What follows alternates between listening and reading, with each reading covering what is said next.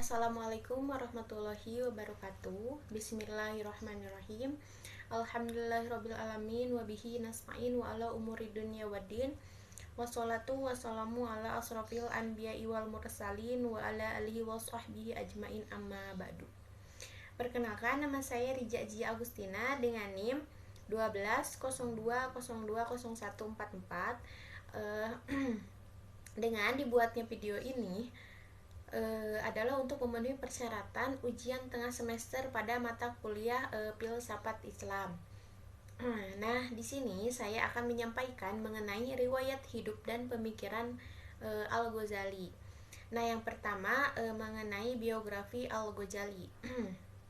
Nama lengkap beliau adalah Imam Al-Ghazali, adalah Abu Hamid Muhammad Al-Ghazali At-Tusi, atau lebih dikenal dengan sebutan pendek yaitu Al-Ghazali. Ia juga disebut Abu Hamid seperti halnya Ibnu Rushd dikenal dengan Abu Walid yang sering menyebut Al-Ghazali dengan nama tersebut dalam karyanya yang berjudul At-Tahafu At-Tahafu Tahafu At-Tahafu. Nah, Abu Hamid berkata, yakni Al-Ghazali, panggilan lakob atau gelar Al-Ghazali Zain ad-Din At-Tusi adalah Hujatul Islam atau Hujatul Islam Abu Hamid. Ia lahir pada tahun 450 Hijriah atau 1058 Masehi. Nah, tepatnya pada pertengahan abad kelima Hijriah dan wafat pada tahun 505 Hijriah atau juga 1111 Masehi. Tepatnya pada tanggal 14 Jumadil Sani, hari Senin di Tus, sebuah kota kecil Khurasan atau Iran, tempat kelahirannya. Nah, diceritakan bahwa kedua orang tua Al-Ghazali adalah orang soleh yang tidak mau makan kecuali dari hasil usahanya sendiri. Dia seorang pengusaha pemintal bulu domba ketika Al-Ghazali beserta saudaranya Ahmad masih kecil. Nah, ayahnya meninggal, akan tetapi sebelum meninggal dia telah berpesan untuk kedua anaknya kepada seorang teman sufi agar peninggalannya nanti kedua anaknya dididik dan diarahkan. Kata sang ayah, saya sangat menyesal bahwa saya tidak bisa menulis atau buta huruf. Nah, oleh karena itu saya ingin kedua anak saya ini tidak kehilangan yang tidak bisa saya peroleh. Didiklah mereka berdua dengan seluruh harta peninggalanku. Nah, sejak kecil Imam Al-Ghazali dikenal sebagai anak pecinta ilmu pengetahuan. Pendidikannya dimulai dengan belajar Al-Quran pada ayahnya sendiri. Sepeninggalan ayahnya, ia dititipkan kepada teman ayahnya yaitu Ahmad bin Muhammad Al-Razikani. Ia seorang sufi besar di Tusi. Pada ialah Al-Ghazali dipelajari ilmu fikih. Nah,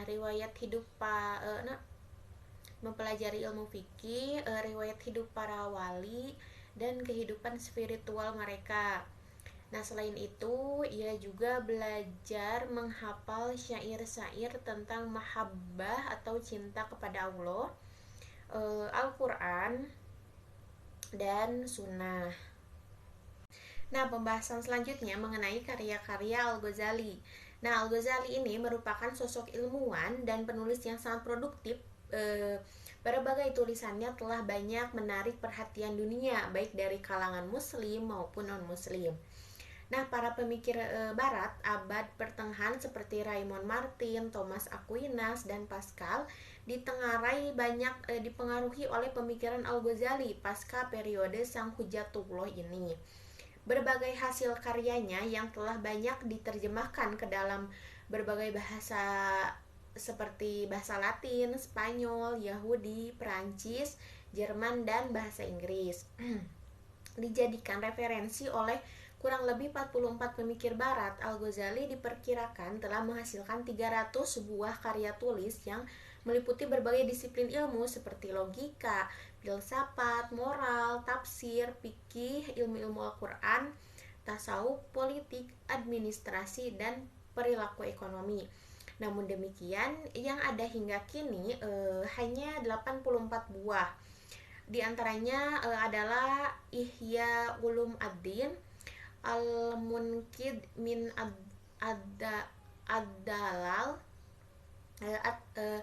Tahafu Al-Falasiyah Minhaj Al-Abidin Qawwad, Al-Aqaid Al-Mustahfa min Al-Ushul Mijan Al-Amal Miskat Al-Anwar, Kimia Al-Sya'adah Al-Wajid Syif Al-Ghalil, dan Al-Tib Al-Masbuk fi Nasihat Al-Muluk.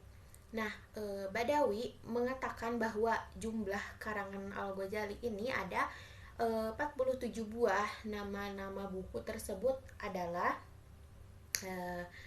nah di sini saya menyebutkan hanya 10 buku saja ya. Nah, di antaranya yang pertama ada Ihya Ulum Ad-Din atau membahas mengenai ilmu-ilmu agama. Nah, yang kedua Tahafut Al-Falasifah atau menerangkan pendapat para filsuf ditinjau dari segi agama.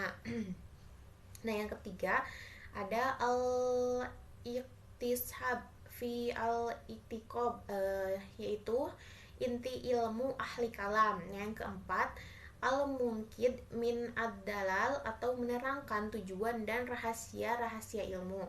Yang kelima ada Jawahir Al-Quran atau rahasia-rahasia yang terkandung dalam Al-Quran. Yang keenam ada Mizan Al-Amal, yaitu tentang falsafah keagamaan. Nah, yang ketujuh ada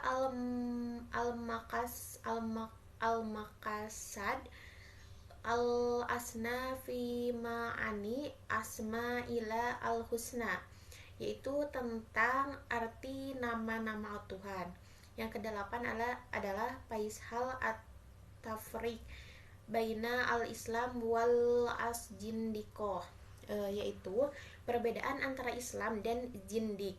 Yang kesembilan ada Al-Ghithah Al-Muttaqim, yaitu jalan untuk mengatasi perselisihan pendapat. Nah, yang ke-10 ada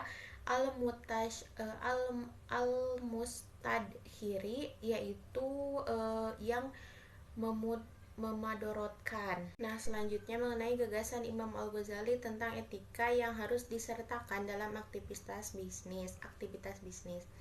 Berikut adalah beberapa gagasan Imam Al-Ghazali tentang etika yang harus disertakan dalam aktivitas bisnis, yaitu yang pertama Al-Dunya Marjatul Akhirat. Salah satu gagasan Al-Ghazali yang paling penting mengenai urusan ekonomi dan bisnis ialah bahwasanya segala kerja keras yang dilakukan di dunia ini bukan hanya untuk kehidupan sesaat, namun lebih dari itu, yaitu kehidupan hakiki di akhirat kelak. Kegiatan ekonomi seorang muslim meliputi waktu yang lebih luas di dunia dan di akhirat.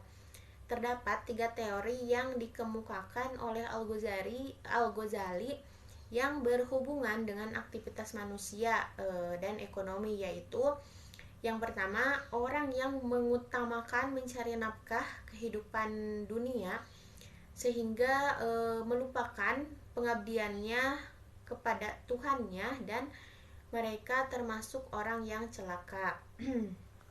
Nah, yang kedua, orang yang mengutamakan pengabdiannya kepada Tuhan sehingga melalaikan akan keperluan hidupnya di dunia. Ia termasuk orang yang beruntung. Nah, yang ketiga, orang yang mengutamakan kedua-duanya, yang menjadikan usaha ekonominya itu sebagai media untuk membesar pengabdiannya kepada Allah Subhanahu wa taala. Nah, maka ia termasuk orang-orang yang berbakti sesuai dengan ajaran Nabi Shallallahu Alaihi Wasallam. Nah, yang berikutnya itu kemaslahatan atau kesejahteraan sosial. Pandangan Al-Ghazali tentang sosial ekonominya didasarkan pada konsep yang disebut dengan fungsi kesejahteraan sosial atau maslahat. Nah, menurut Mustafa Anas Zarga, Al-Ghazali merupakan cendekiawan Muslim cendekiawan Muslim pertama yang merumuskan konsep fungsi kesejahteraan atau maslahah sosial. Menurutnya, masalah adalah memelihara tujuan syariah yang terletak pada perlindungan agama atau din, jiwa atau nafs, akal atau akal, keturunan nasab, dan harta atau mal.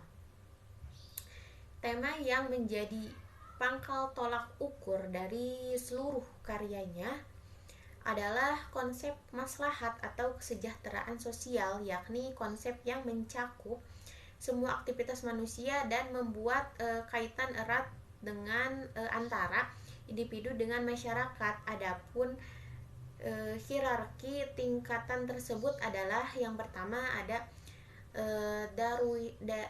daruriyah, terdiri dari seluruh aktivitas dan hal-hal yang bersifat esensial untuk memelihara kelima prinsip tersebut. Nah, yang kedua haziyah, terdiri dari seluruh aktivitas dan hal-hal yang tidak vital bagi pemeliharaan kelima prinsip tersebut, tetapi dibutuhkan untuk meringankan dan menghilangkan rintangan dan kesukaran hidup. Nah, yang selanjutnya nilai-nilai kebaikan. Dalam praktek ekonomi dan bisnis, Al-Ghazali memberikan rekomendasi agar para ekonom atau pembisnis Islam memperhatikan masalah moral dan masalah moral dalam berbisnis.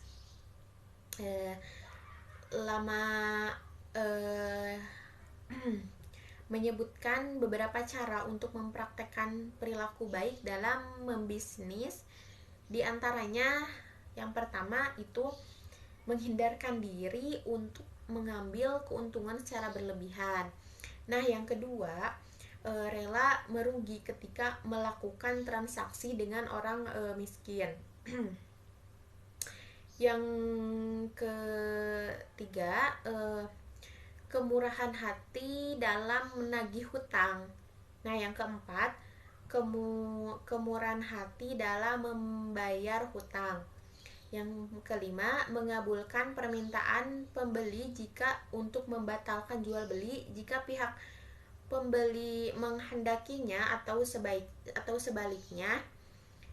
Nah, yang keenam, menjual makanan kepada orang miskin dengan cara angsuran dengan maksud tidak meminta bayaran bila mana mereka belum mempunyai uang, dan membebaskan mereka dari pembayaran jika meninggal dunia. Nah, yang terakhir, jauh dari perbuatan riba. Nah, riba secara etimologi itu berarti perkembangan atau bertambah secara mutlak. Nah, sedangkan secara terminologis syar'iyah, riba berarti tambahan yang diambil oleh pihak yang meminjamkan dari si peminjam sebagai ganti pembayaran yang ditangguhkan. Nah, dalam Al-Quran sudah jelas ya, riba itu keharaman. Oleh sebab itu Al-Ghazali mengingatkan bagi para pedagang mata uang dan memperjualbelikan emas dan perak serta bukan makanan pokok untuk berhati-hati menjaga diri dari riba nasi'ah dan Nah, bagi Al-Ghazali, larangan riba ini adalah bersifat mutlak.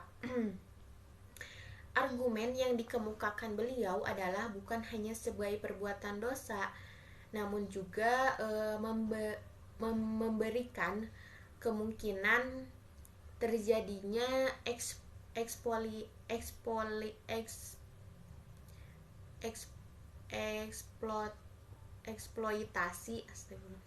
eksploitasi dan ketidakadilan dalam transaksi. Nah, yang ketiga itu tansyiyah, yaitu berbagi aktivitas dan hal-hal yang melewati batas hajah. Nah, mungkin itu saja yang dapat saya sampaikan. Mohon maaf atas segala kekurangannya. Billahi taufiq wal hidayah. Wassalamualaikum warahmatullahi wabarakatuh.